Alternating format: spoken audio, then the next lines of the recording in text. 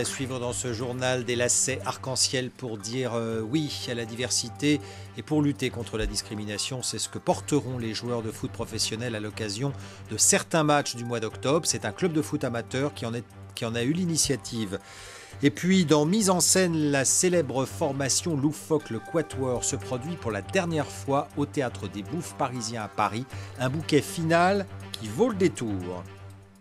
Mais avant cela, sachez que Zlatan Ibrahimovic ne jouera pas à Toulouse demain. L'attaquant du PSG blessé au talon avait déclaré forfait lors du déplacement à Caen mercredi.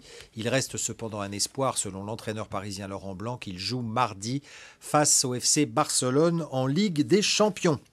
Et Ibrahimovic, justement, comme d'autres joueurs professionnels, portera des lacets arc-en-ciel en octobre sur le terrain. Le football se mobilise contre toutes les discriminations et c'est un club amateur qui en a eu l'idée. Valentine Poncy avec Daniel Petit-Queno. Ces joueurs professionnels ajouteront bientôt des couleurs à leur tenue, des lacets multicolores, non pas un produit marketing mais un véritable symbole. L'idée a germé au sein de cette équipe de football amateur, un club qui a fait de la diversité son credo. Je me retrouve avec des hétéros, des gays, des juifs, des musulmans, des cathos. Ouais, qu'est-ce que tu fais samedi soir? C'est les 30 ans de mon mec. Je me sentais pas forcément à ma place dans des clubs où j'habitais. Et là, on est dans un club qui rassemble toutes les cultures possibles. Et que ça peut être une culture gay, une culture africaine. Enfin, voilà quoi, c'est très bien.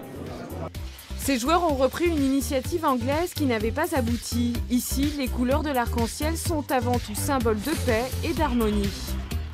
On ne voulait pas que ça soit uniquement la lutte contre l'homophobie, puisque en fait, tout simplement, tous les mécanismes de rejet sont les mêmes, aussi bien pour le racisme que l'homophobie ou le sexisme. Donc on voulait associer toutes les luttes. Après un an de discussion, les différentes instances du football professionnel ont accepté de jouer le jeu, un moyen de retisser les liens dans les stades. Qu'on soit blanc, noir, jaune, homme, femme, de telle ou telle confession religieuse, on joue au foot et le foot rapproche les hommes. Voilà le message qui est passé et moi j'y crois. Je suis né et grandi ailleurs.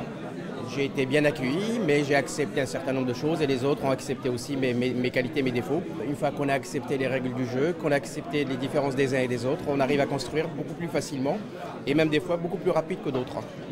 Allez, faites comme nous. Dites oui à la différence. Oui. Les joueurs des deux championnats de France porteront ce message de respect et de tolérance entre le 17 et le 20 octobre prochain.